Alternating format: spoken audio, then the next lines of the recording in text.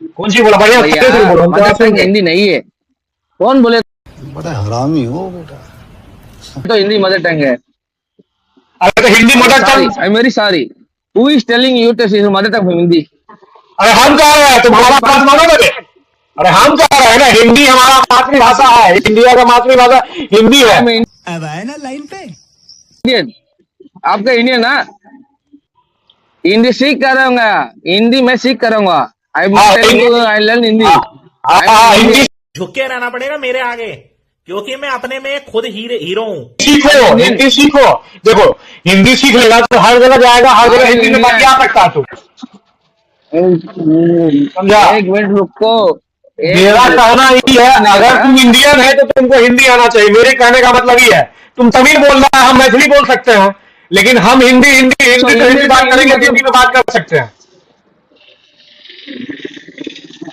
तुम हमारी बात को समझ नहीं रहा है, किसी को तुम अंग्रेजी अंग्रेजी बोल रहा है।